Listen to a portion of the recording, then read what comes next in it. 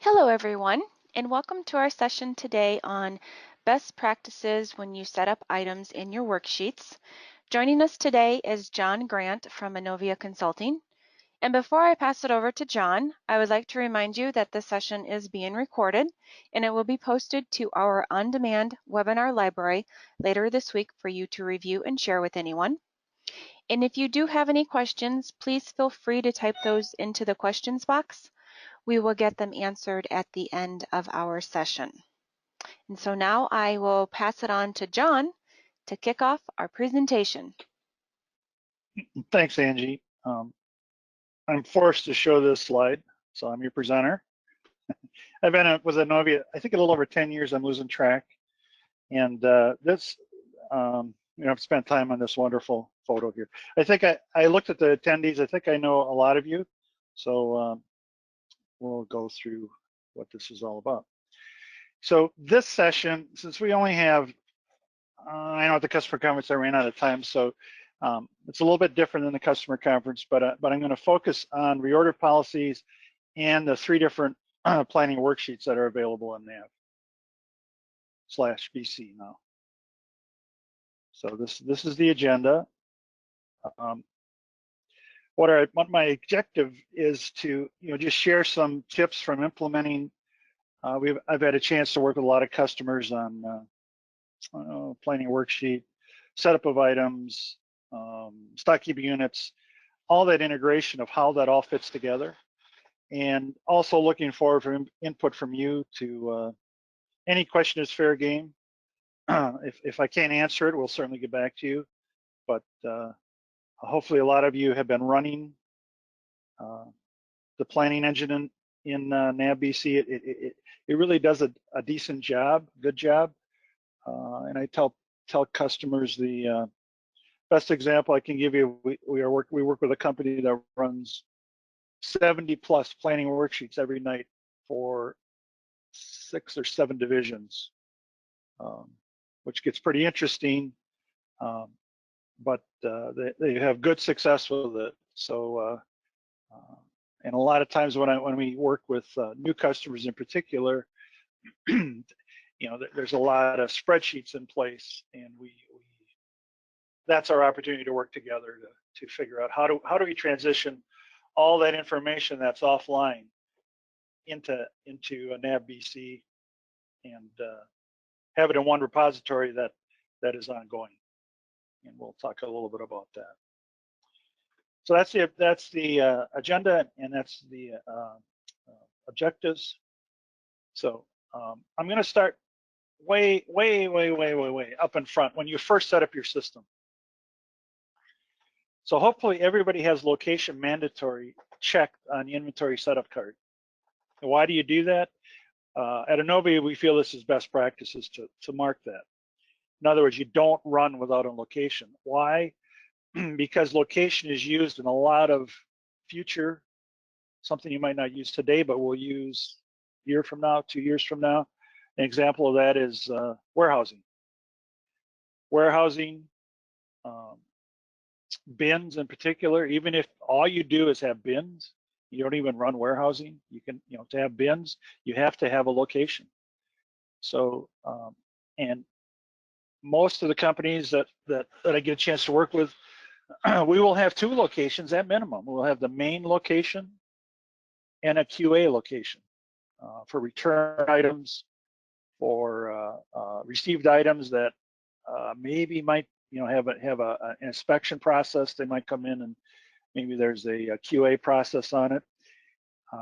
Why would you have a quality QA location?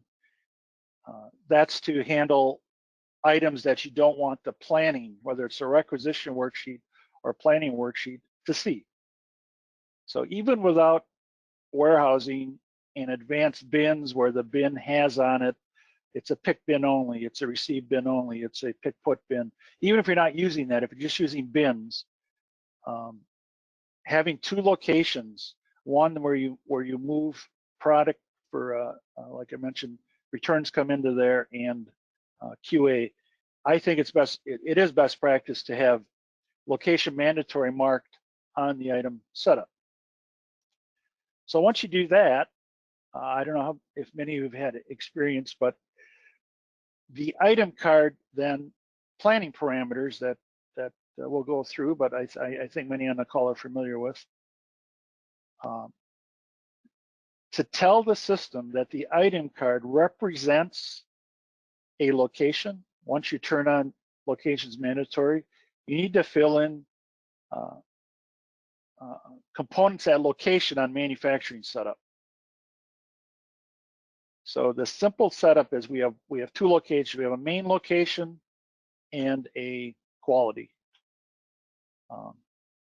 I need to set up location mandatory because I want that on every transaction. So I want my main location, and I want to set up components at location main if that was my location. The reason being, by doing these two together, tell me that the item card represents my planning parameters for the item. So if you're ever having issues where it doesn't appear like the planning reorder minimum or maximum or multiple is not working, it's because probably those two areas might not be set up correctly. And I have seen, and this is bad if that, I have seen where components at location is not marked, but location mandatory is. And the only way to have planning work if you don't mark components at location, you don't fill that in, is to set up stock keeping units. So I've been in some customers where you have an item and you have a stock keeping unit with the reorder multiples and planning parameters over and over and over. And you do not need to have that. You do not need to do that because you need to tell NAV BC that the item record represents a location when you turn on locations mandatory. So that's a big picture setup that's important for you to understand. If many of you have figured it out already, I'm sure, but I even see on the NAVIC blogs, you know, every once in a while somebody is having an issue and it says they don't have components at location filled in. And one other tidbit to add is if you are using stock keeping units, let's say that you manufacture an item at a second location, but not at your main location. So you do set up a stock keeping unit card, you know, that location, let's say our main is blue. So our components at location is blue. And we have a red location where we manufacture something. On the stock keeping unit card is a field called components at location, which I would, for the finished part, I would fill in with red. Because any planning, I want those components to be planned for the red location, not the blue location. If you don't fill it in on the SKU card, it will plan it for the blue location. Hopefully that makes any questions on that from anybody? None so far, John. Okay, so we'll keep going here then. Okay, so now we're going to get into reorder policies. And NAV out of the box / BC has 5. We've got a blank, fixed reorder, maximum order, and lot for lot. And I'm going to go through each one of these. So a blank reorder policy. Just think of this, you manually plan this. You might order it twice a year, quarterly. It might be something you have I don't know, a standing PO with imported long lead time item. So blank is valid. Also blank might be on, you're setting up an item, you've got a production order, you've got components, and it's a prototype. So you don't really want planning to plan anything for it. I'm going to buy parts for it. I'm going to do it offline kind of. So blank might be valid on those new parts, even on the finished item until it becomes a legit saleable item. So blank can work in situations. And when you're first starting off with planning, I would have every item be blank for reorder policy and work with a control group of, I don't know, maybe your high moving purchased items first, like 10 items or something, and just run planning for those to get a feel for how does this nav engine work, what's it doing. So blank is valid. And obviously, if you have an obsolete part or a part you're discontinuing, you'd want to change that reorder policy to blank so that it doesn't pop up in any planning worksheets. That kind of thinking. Okay, then we're going to, the first one we'll talk about is fixed reorder quantity. I've seen this used a lot, no pun intended, on lot size. So it uses a quantity that's specified in the reorder quantity field, and we'll look at the record in a minute, as the standard lot size. And it's used in the overflow level, which we'll talk about, which many of you may not be using, but we'll talk about that. So fixed reorder quantity, if I go to look at the record, and this is on the item card or SKU card. Let's stick with the item card. Let's say that's what we're using. It's a purchased item. We got a vendor. We call it fixed reorder, so that's the reorder policy. Fixed reorder has a reorder point, meaning when I have 200 or less in one of my planning runs for a particular day, it's going to tell me to reorder. Simple as that.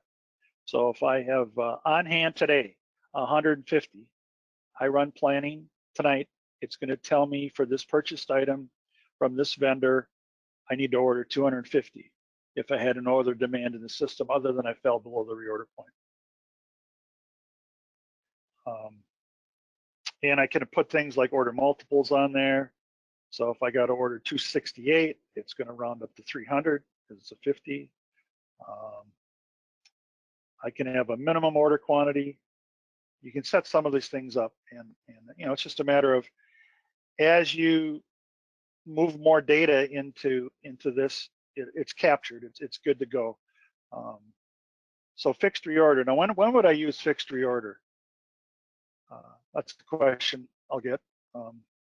Because this is a kind of a minimum order kind of item, I usually recommend it for C type items. Items that don't cost a lot, I guess, are inexpensive. I wouldn't use it for motors or, you know, A items, definitely not, probably. B items, maybe, but C items, okay, fine. If we have extra inventory, because I'm down to 190, I order 250. Yes, I'm back up to 200, which is kind of what I want to have on hand a lot. But now I got an extra, you know, 230, which may take days or weeks to consume, so I'm carrying that inventory. So it's a little bit of a puzzle to come up with these. What should my reorder point be? What should my reorder quantity be when you're setting these guys up? What else on a fixed reorder? Any questions on fixed reorder?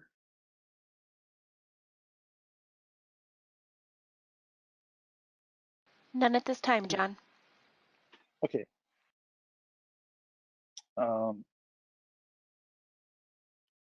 Okay.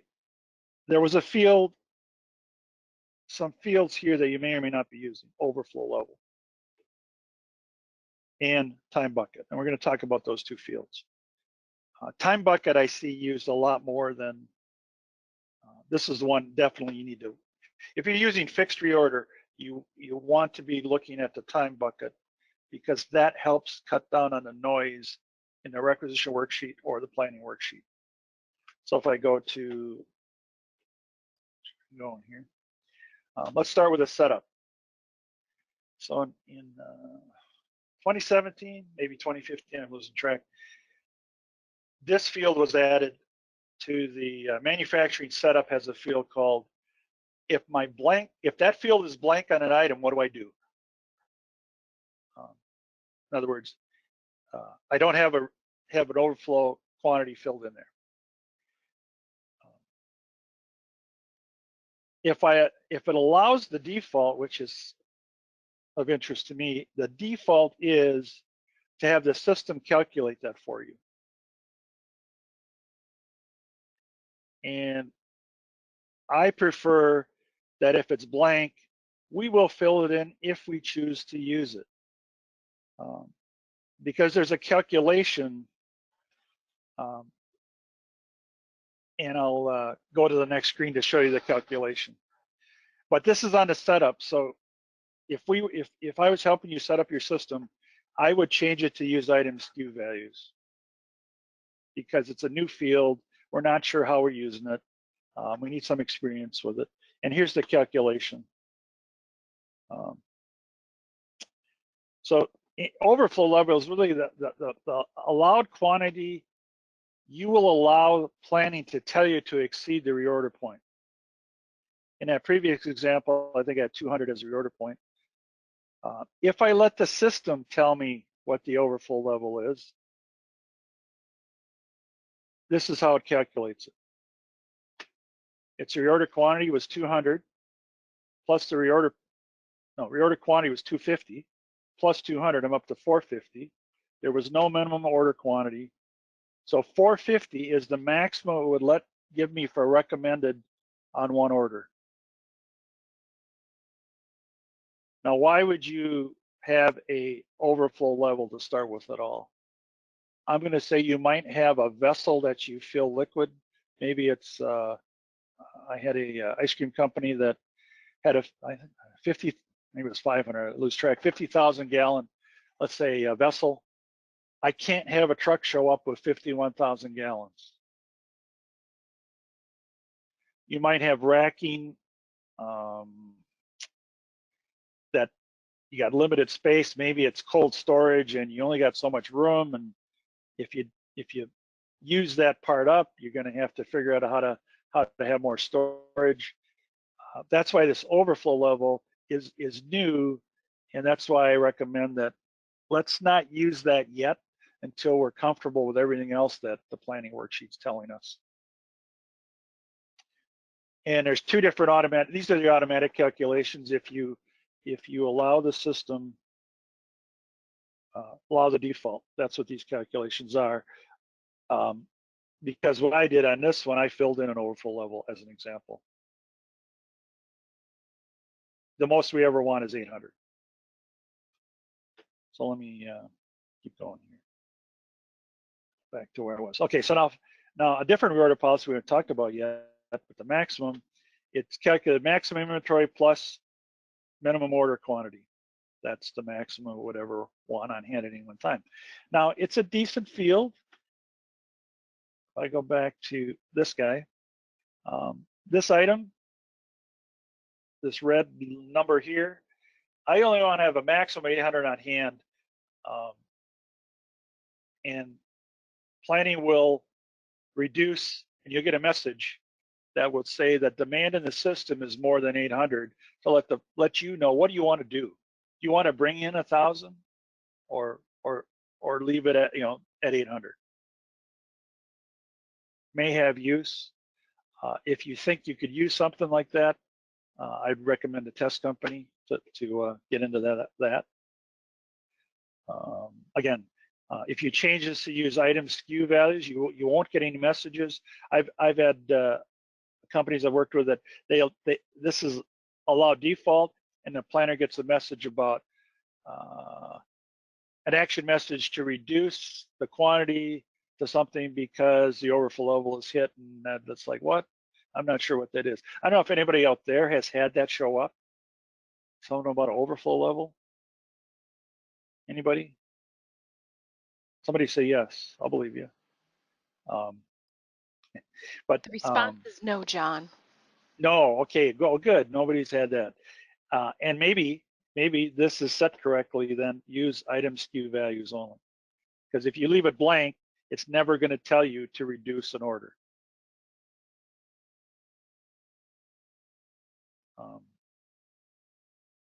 Okay, so that I just wanted to touch on that one, overflow. Okay, the second field we saw back here is this time bucket, and I feel with fixed reorder and maximum, those are the two. I think most people probably have fixed reorder. A lot of items. Time bucket is important, so let's talk about the time bucket.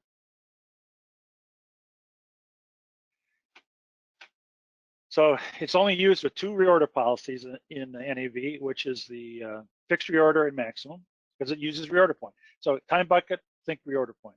Okay. The approach on this, it collects demand within a window. If we don't fill in the time bucket, it's looking at 1 day at a time in the planning. And the concept, the best I can tell, it reflects the manual process of checking inventory. So I'm the purchasing, and I have seen this, where I go out and I walk the floor, and maybe I go through the steel on Mondays, and I go through the electricals on Tuesdays. So I've got a manual process. I don't do it every day, but I do it on a regular basis. That's what the time bucket's supposed to represent. Combine the supply demand within a 3-day window, 7-day window, whatever makes sense. Okay, and here's an example. From one vendor, we place a weekly order. So maybe I have a 7-day with him because every week. I don't want, when the system runs, I want it to look at today plus 7 days or 6 days. I think it's a 1-day difference. Now, the only exception to that whole thing is safety stock, obviously. But here's an example of safety stock, if any of you use safety stock, because you can't have safety stock on a fixed reorder, right? Safety stock, by definition, is intended to be the amount you use within the lead time on an average. So let's say our safety stock on our item, I don't know if I have safety stock. Let me just look here once. Yeah, I have 50 on here, okay. So take 50 on my safety stock. Back there. I have 50 on here. So in planning runs, my time bucket's 2 weeks, here's a great example of noise in the planning worksheet that if this was not filled in, I would get. Let's say I have 45 on hand, right? I'm going to get an emergency order to get back up to 50, plus I'm going to get a reorder quantity here, correct? But let's say this lead time for this part is 2 weeks, or let's go 7 days. So I cut a PO today. It's going to come in next Thursday. We're all good. I go home. I come in the next day. What's planning going to do? Emergency order for 5, right? Because that PO is out to next Thursday. It's still annoying me with, what do you got? You got to cover this. I don't know if any of you have seen that. So how do you solve that? Is use this time bucket. So now I have clicked on it, didn't want to, but I'm saying 2 weeks now. So I need 5. It's looking at 2-week window. Oh, there's my PO next Thursday. I'm good. No message in the planning worksheet. Everybody good with that? If you're using fixed reorder, and I think a lot of users do, and this time bucket may help with the noise in the planning worksheet. Any questions on that? Not right now, John. I should give away like $10 if you ask a question. I might stimulate some questions. Tempting. Okay. Okay, well, let's keep going then. Okay, so now I'm in a second reorder policy called maximum. This one also has a reorder point. So by definition, quantity specified in maximum inventory is the maximum I really want of that at any one time. I can still have more because it will adjust up and down, and it doesn't cut me off. Unless what? Unless my overflow is using a default calculation, now I might get a message to reduce it, but if I have that blank, I won't. So let's look at a maximum reorder policy. So purchased item, I'm picking on again. Maximum. So what it is, it has a reorder point. I have 100 here, but I don't have a reorder quantity. Reason being is that the system will, when it falls below equal to 100 or less, it will recommend to reorder back up to my 300. So if when I run planning, I had 97 on hand, it would tell me to order 203.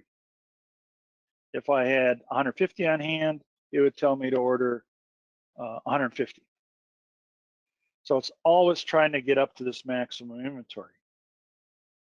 And you can have order multiples, you can have minimums, use these two fields just like the fixed reorder. You could have safety stock. Well, safety stock doesn't, yes and no, I don't know if I'd have used that, but okay, so when would you use this? When would you use maximum quantity? One great use of this, I feel, is if you have in your process a subcontractor who assembles something for you, makes something for you, gets something, where you send them components, they put it together and send it back. Their service is to package it, do something, right? But you have to supply components that they use to assemble it or kit it or whatever. So I, as a purchasing person, would have to maintain levels of inventory at a subcontractor. And maximum reorder policy might make sense. We have it's a good use for it, I feel. So I have a vendor, and they have 5 items of mine that they use in there to make something for me. And I always want to have 200 of this, 100 of this, 300 on that, and I set up reorder points. So I could actually run a planning worksheet or requisition worksheet for that subcontractor location, because that subcontractor location is set up as a stock keeping unit. So let's say my subcontractor, we'll stay with NAV's test data, is red. I would set up 5 red stock keeping units, and I would set up there the maximum reorder policy. I would fill that in, and then up here, do I buy it to that location or do I transfer it from my location? My replenish might well be a transfer, but that's still fine. So when I run this planning worksheet for my red location, I now have demand that my main location has to satisfy. Either either the purchaser, like I said, there are cases where I've seen the purchaser do a drop ship, but a lot of times it's a transfer from the main location.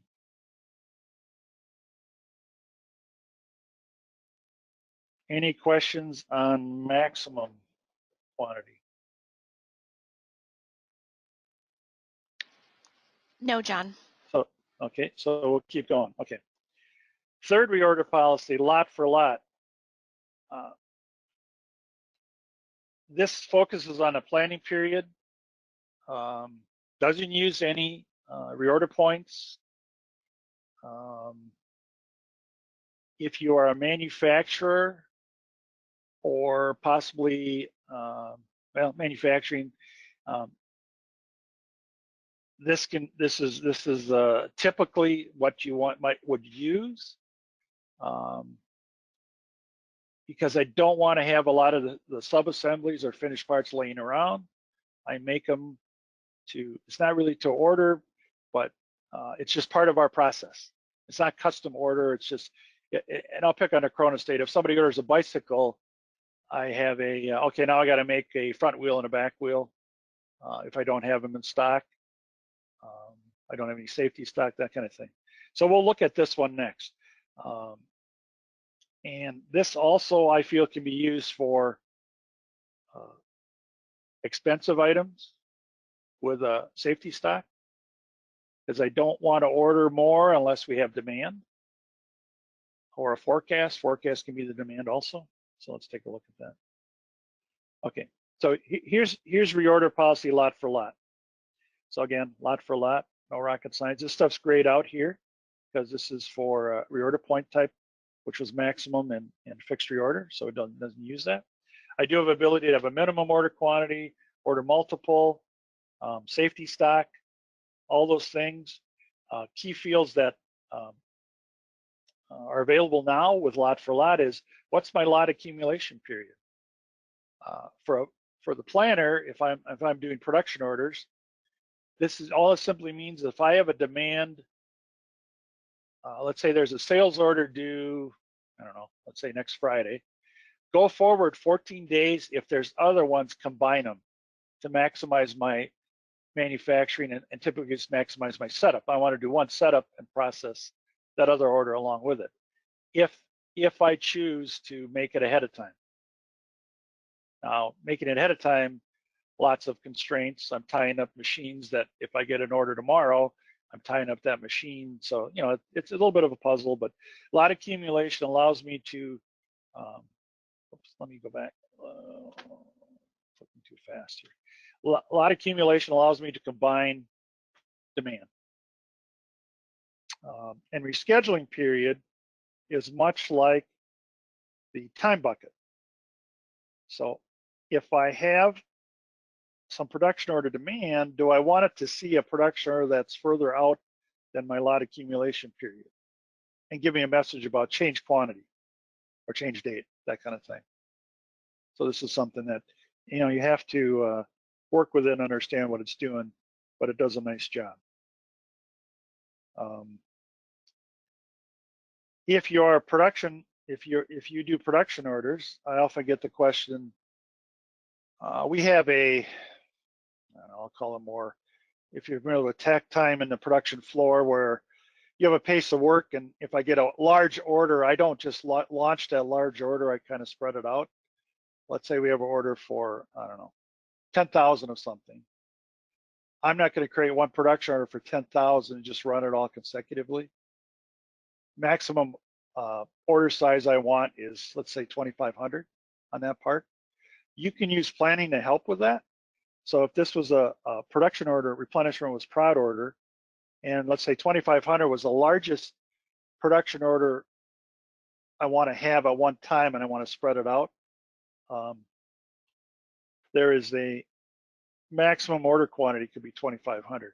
So when the planning worksheet ran, you would get 4 lines in my example of order for 10,000. So you can help the planner kind of spread those orders versus tribal knowledge where, oh, I know we only ordered 20, so I'm going to change the quantity 2,500, make a new order, 2,500, make another new order, make another new order. You can have the system kind of help you with that when it presents the planning worksheet.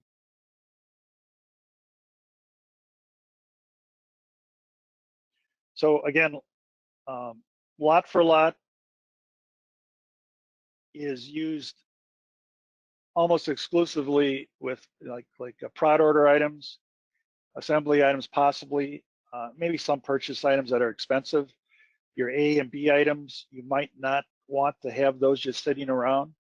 A lot of that has to do with the lead time on those expensive items, and the lead time can be reflected in the safety stock to help you not carry too much inventory. Inventory ties up dollars. But I know as a purchasing, if I'm the purchasing person, I never get in trouble if I have too much inventory. Production's happy, sales is happy. Maybe the controller's not happy, but who cares, right?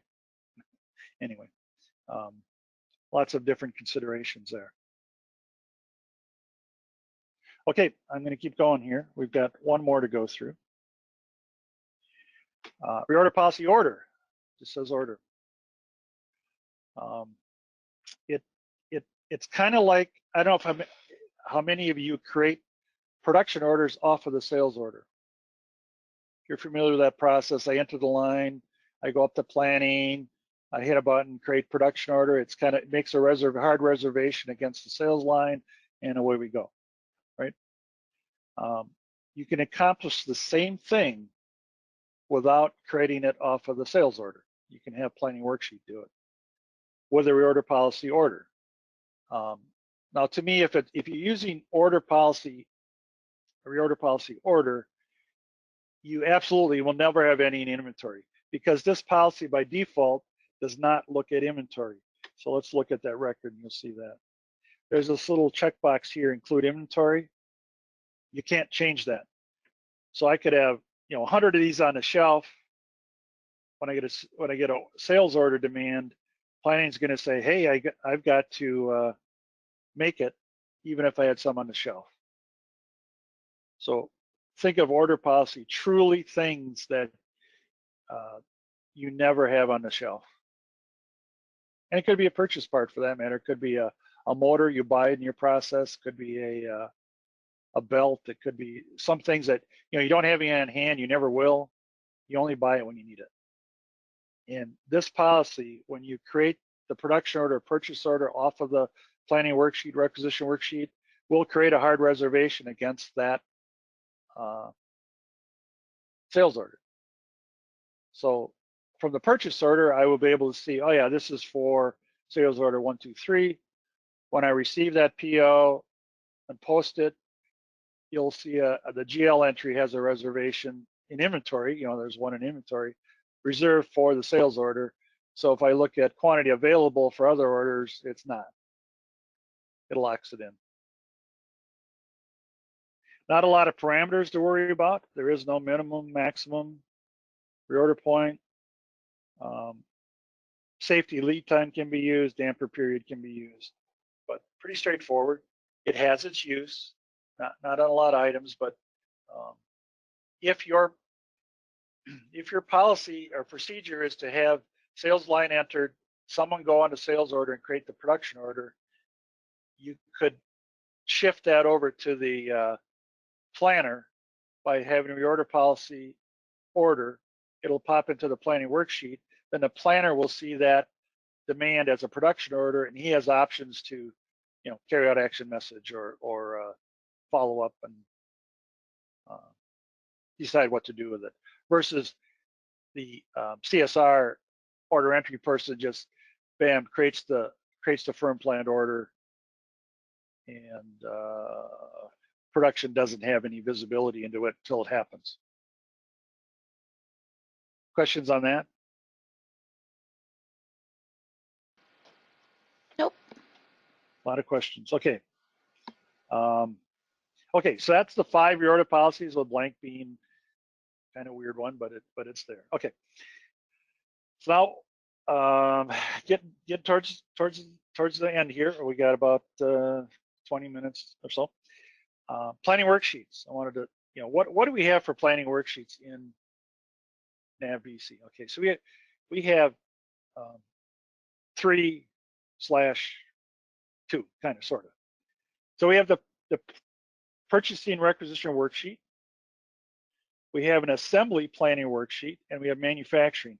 Now these two are identical, I believe, but if you don't have the manufacturing, I don't know if I'm losing the name or the version. You can buy NavBC without manufacturing. So you would run the assembly planning worksheet and not the manufacturing. But if you have the full blown, you have manufacturing, then you just run the manufacturing. And I'll go through each one quick just to what's the differences. Okay. So the requisition worksheet does the replenishment with those planning parameters we talked about for purchased items and transfer only. So if you have production orders or assembly order type items, it does not explode those and put those in the rec worksheet. So the rec worksheet might be a byproduct of the planning worksheet, but it's not something you would just run if you are running manufacturing and assembly, unless there's also an unless, of course.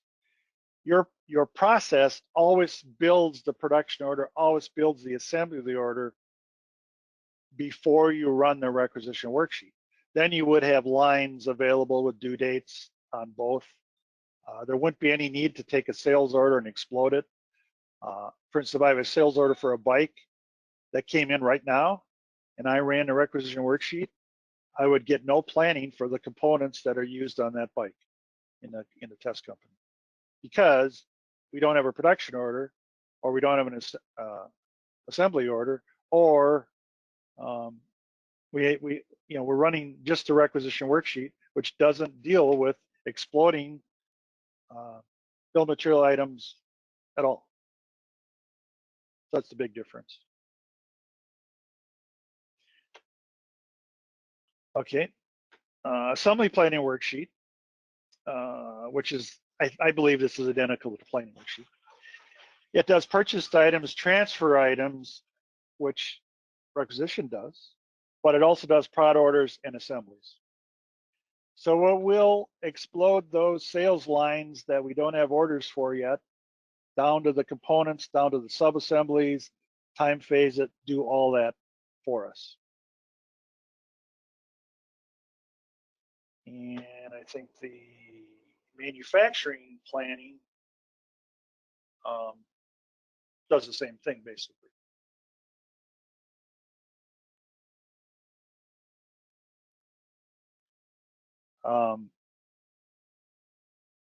Questions on any of the planning worksheets?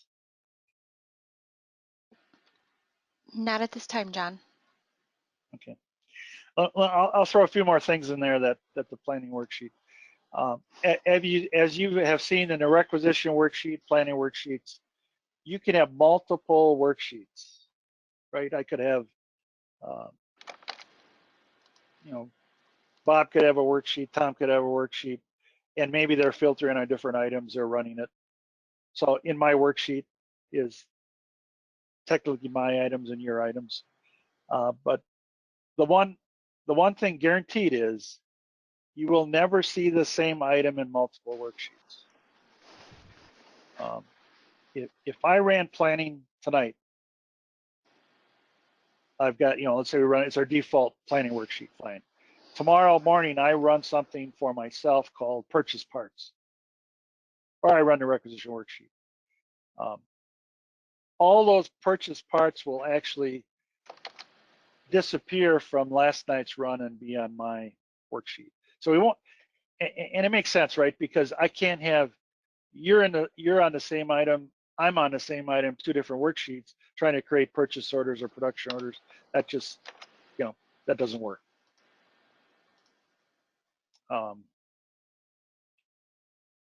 One thing that I don't know if you're aware of, but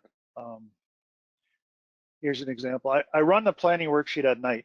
So I've got production orders, transfer, all this good stuff is in there. So in the morning, the typical flow is you have your production order people in first, because they're looking at the prod orders that it's recommending, the production orders. They're releasing them, they're creating them, carrying out action message. Maybe they're changing quantities and dates before they release them. Maybe they're assigning an alternate routing. Maybe they're substituting components on a bill, and you could do all that in the planning worksheet. You can assign a different routing. Example, I have a product that runs on 4 different lines, or we have 4 different lines in the shop. By default, wait, let me do this one. I have a 100-ton press that this item runs on. That's in my routing, okay? That's the normal one I pick.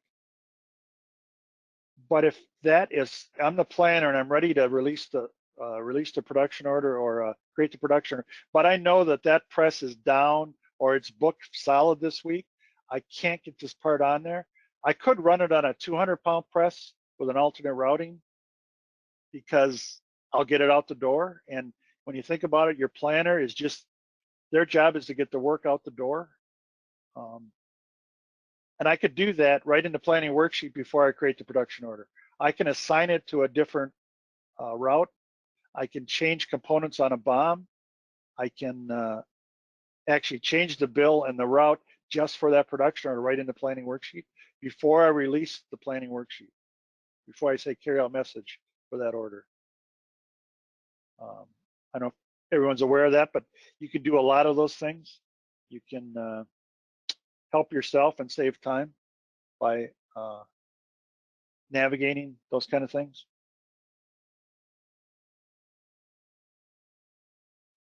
Any questions? Because I didn't want to go through too much today, so I focused on the reorder policies and the planning worksheets and a little bit how people are using them. And one last piece for that planning worksheet. If my policy is that the planners go in production first, and it's kind of volatile. They'll change the quantities or dates, create the orders. Before purchasing goes in there and looks at all the demand, I would want to run net change for my purchased items. Why? Because the planning worksheet is married up to the recommendations that I first started with. So if I had a production order for 100 of these, the components are based on 100. But if I change my production order to 200 because I can and I release it, my purchased items are still for 100. So I'm out of sync with what the planner just did. So in your process, it's usually the production planners in first. If your process is a lot of changes on those kind of orders, run the net change, let purchasing, it's okay to go in and have at it. Because now my components will be in sync with what the planner just did. Does that make sense to everybody? So there's a little bit of a strategy of that flow.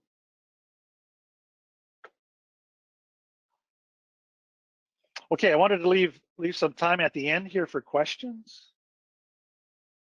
We've had a lot of them, so don't hold back. Any questions? Anybody out there with the issues they're having, or something's not quite working the way they thought it was supposed to? Is everything perfect? Yes, no? No signs, John, as of yet. Okay, and then maybe one more tip is we usually let all the messages flow to the planning worksheet, and it gets a little bit overwhelming, but I feel the users of that need to understand what it's doing before backing off things, because there are fields that help with that noise, I'll call it. There are some fields that, here's an example. I have a purchase order that we need 100. So I cut the order. It's linked to a sale. Let's say a sales order wants 100. You're selling something and they need 100, so you cut a PO for 100. Sales order comes back and a customer reduced it to 95. Do you really want a message in the planning worksheet to change your purchase order to 95?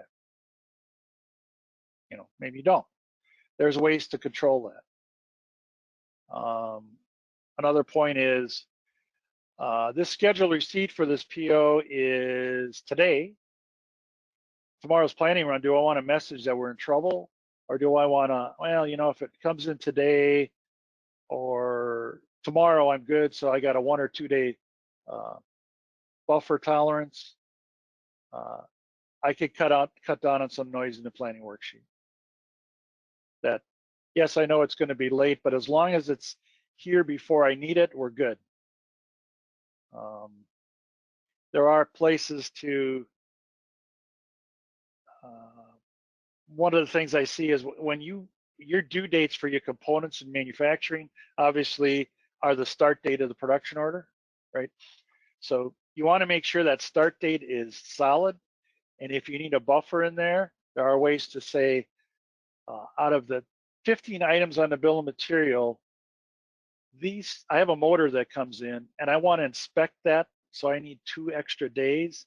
You can tell the system that I want this PO due 2 days before the production order starts. So there's some fine tuning in there that, but I would recommend, if you're getting into the planning worksheet, I've been working with it, understand what it does first, and then working on the, yeah, but I got too many messages, I'm getting overwhelmed. Let's work on that part second. And it's a process. It's not something that in 1 week you got it all figured out. That's my 2 cents on that, is to methodically, and then when you do make changes, just do 1 or 2, maybe I didn't even say 1. Make sure it's working, then do the next one, and then do the next one.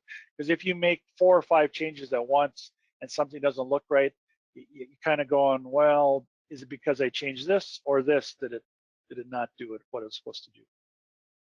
And your test company is your friend in all these scenarios. John, we do have a question. Okay, they win $100, right? Okay. From Angie, right? No. No. The No, question ultimately. is, would you say to use the order reordering policy for any made to order items?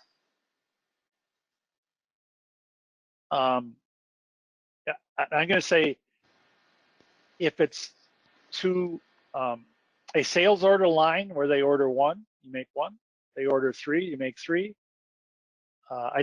That's the only way I would do it. If it's a make to order production, doesn't mean you would set it up as fixed as a order. It might be set up as lot for lot still, because you have if you make one, I'll make 10 at once. And you will have inventory, or on the shelf, you may have safety stock.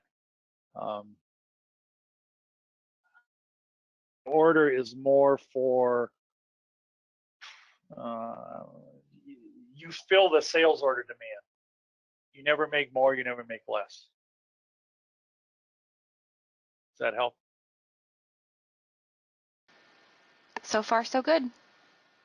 Okay, because the other piece that I'll bore you for another 5 minutes here, we didn't talk about was as a planner, obviously the forecast can come into play. Forecasting is an interesting piece in NAV. It sounds logical, but getting a sales forecast is tough. It just doesn't happen. I've been in a lot of companies. Sales forecast inside a NAV, this I don't see happening. But you can use the component forecast, which is I see for long lead time items. If you have long lead time items outside of your normal window when you run planning, I might run planning for the next 5 weeks, 6 weeks, but I've got a 3-month lead time on an item. I'd want to set that up in forecasting. And then when I'm done with my planning for in the morning, I might just once a week run one. Let me go out 6 months and see if there's anything out there that I need to be aware of. So that forecasting can be useful. I haven't seen a lot of people put sales forecasts in. And then the last thing I want to really mention is you need to have a plan on this data, because everything we set up in NAV, everything I showed you is static. There is not a button you hit that says, let's recalculate my reorder point. Let's recalculate my reorder quantity. Particularly if you're seasonal, there's not a magic button.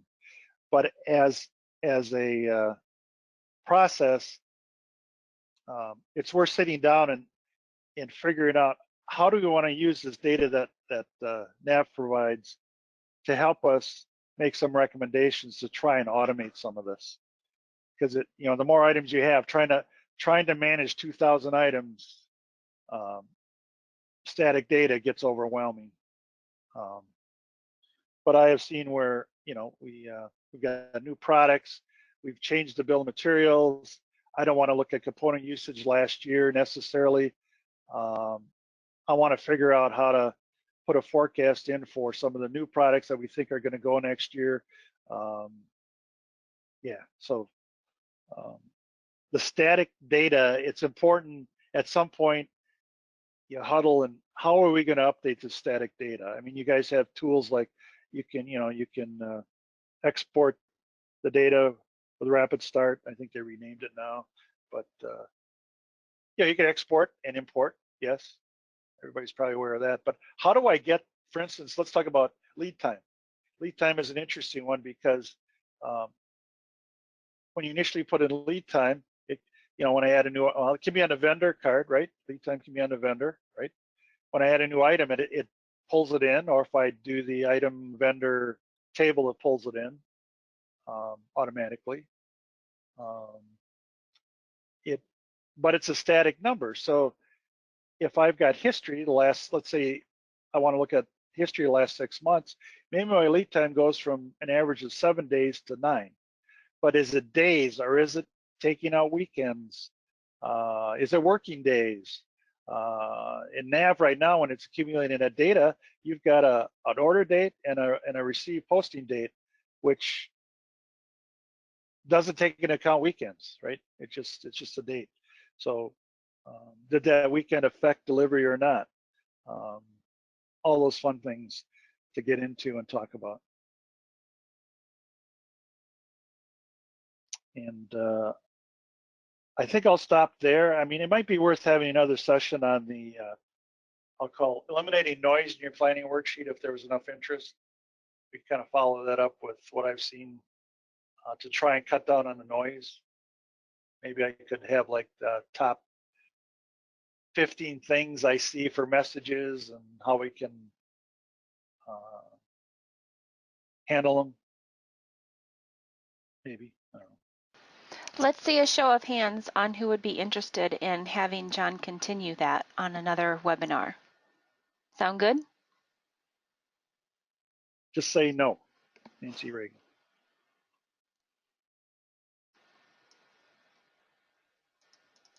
There is some interest. So maybe we'll do that on a future webinar. Yeah, it'd be kind of like planning worksheet noise and how to eliminate. That's always a little bit of a puzzle. And one last tip is the item availability by event is your friend. That is really the only pegging data in NAV. If you've worked on other ERP systems, they call it pegging. Here's my starting inventory, here's my PO, here's a sales order, here's a transfer, here's a recommendation for planning worksheet in a time phase sequence. And that item availability by event allows you to drill in. You can show the production order, you can show the sales order. It can help solve the question of why is it telling me to order. It's good. It's a good tool for the planner. All right, John. Well, thank you very much for the presentation. It was very well informative. And I thank everyone who was on today's call, or if you're watching on demand, thank you for joining us. And if you do have any further questions for John or our team at Innovia, please let us know. We do have a few more webinars coming soon. Next week on Wednesday, May 29th, we have Holly Kutel from Innovia Consulting, and she will be presenting on Microsoft Teams. And then we have Steve Waltz from Innovia Consulting, and he will be presenting his webinar on Is Your Sales Pipeline Real? So that will be coming up on Tuesday, June 4th. And check out our website for more of our upcoming events, and that's innovia.com/events. And we just want to thank you again for joining us, and we look forward to seeing you again soon on another Innovia webinar. Have a great day, everyone. Enjoy your holiday. Thanks, everybody.